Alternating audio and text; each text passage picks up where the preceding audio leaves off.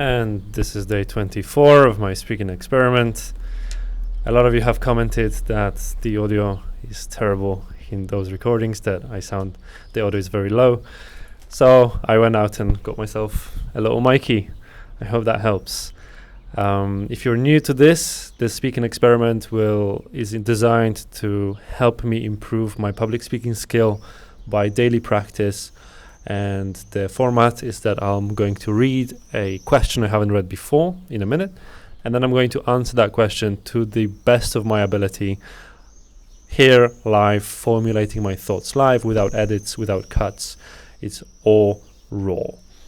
All right, so without further ado, let's go to the 99 thought-provoking questions. Let's go to category, 2. Let's go with question 1, category 2. So category 2 is about nature of reality, and question 1 is, what is the meaning of life? Question 1 is, what is the meaning of life? I have to say that's something I think about quite a lot.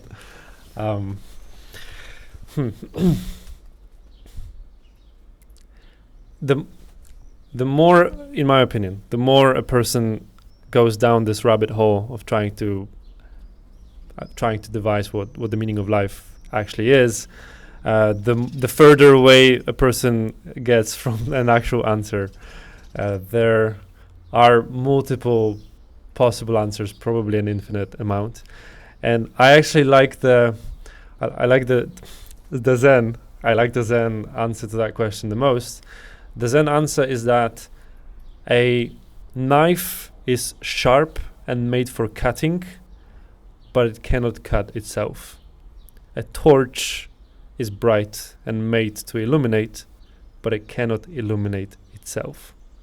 A mind is analytical and made to understand, but it cannot understand itself. And I think within there lays an answer to that question. I don't think we are built to comprehend such a thing as the meaning of life, the ultimate, the objective, the universal meaning of life. And probably such a thing doesn't exist. Probably even the notion of the notion of meaning of life is probably just a creation that people made. Kind of like the color green doesn't exist. It's just it's just a tiny part of the light spectrum that we see, and then we named that one tiny part green, but really it's infinite number of shades and different levels of that, what we call green. So one green does not exist, and the same way one meaning of life does not exist, I think. That said, I think there is a way out of this conundrum, and that way out is to create a personal meaning of life, because that is possible. So I think the meaning of life, or when we start the discussion about meaning of life, I think we have to step away, deviate from thinking about any universal or trying to answer that question, which I think is impossible, and try to answer that question in the most personal, most subjective way possible. And that means the meaning of life is going to vary for every person. And that is a journey that I recommend every person to go on, to discover their own meaning of life. And I have gone on that journey, and I have found my own meaning of life. And the meaning of my life is to understand as much as I can of this, I mean, reality, the world, the universe. And by understand, I mean to learn.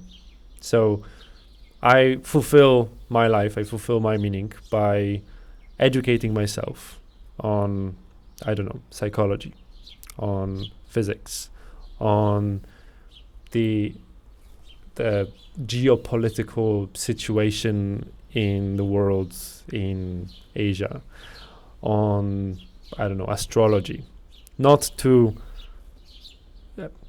I'm not the person that would fanatically follow one set of ideals, but I love to discover them and understand them. So I like astrology as a subject, to learn what it means, to learn what are the machinations and what people mean when they say one person is a Scorpio and another is a Gemini.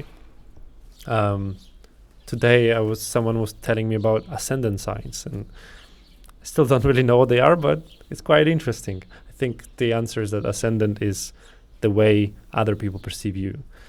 So learning about biology, learning about even about people, like any type of learning, any type of understanding for me is adding to the map of the world, and that's enough. Just adding to that map, just adding to the massive encyclopedia of life that I have in my head, that's enough for me as a meaning of life. And I will do it for the rest of my life.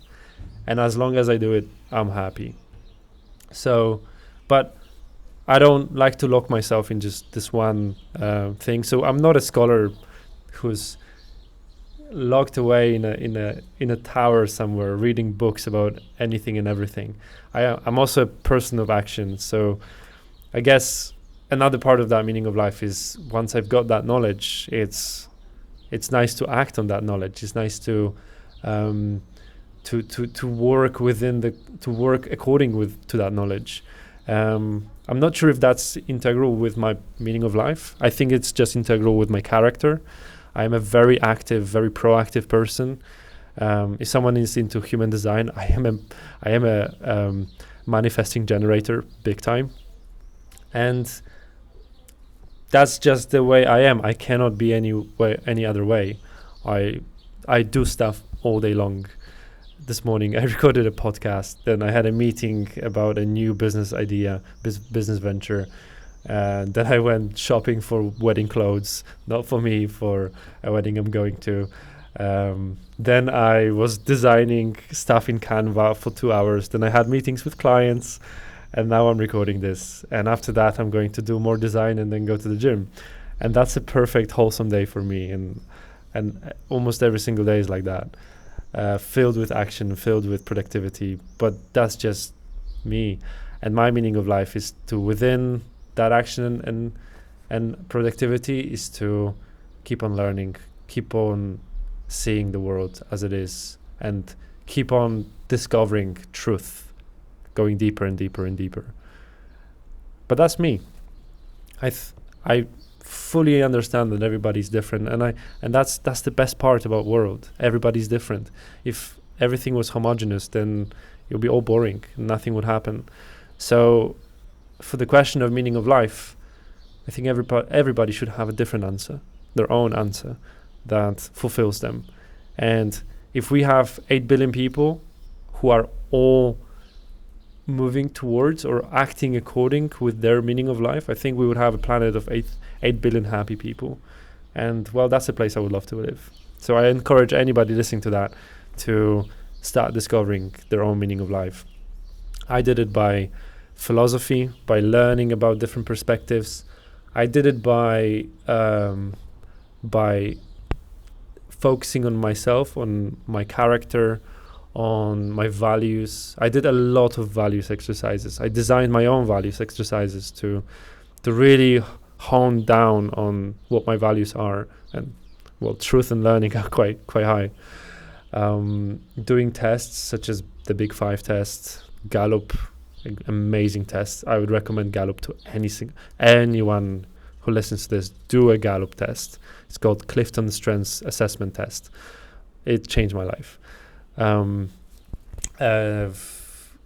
Talking to a therapist, talking to people who are interested in this stuff, just journaling.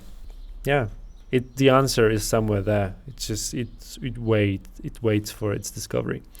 So that's my little take on the meaning of life. Thank you all for listening.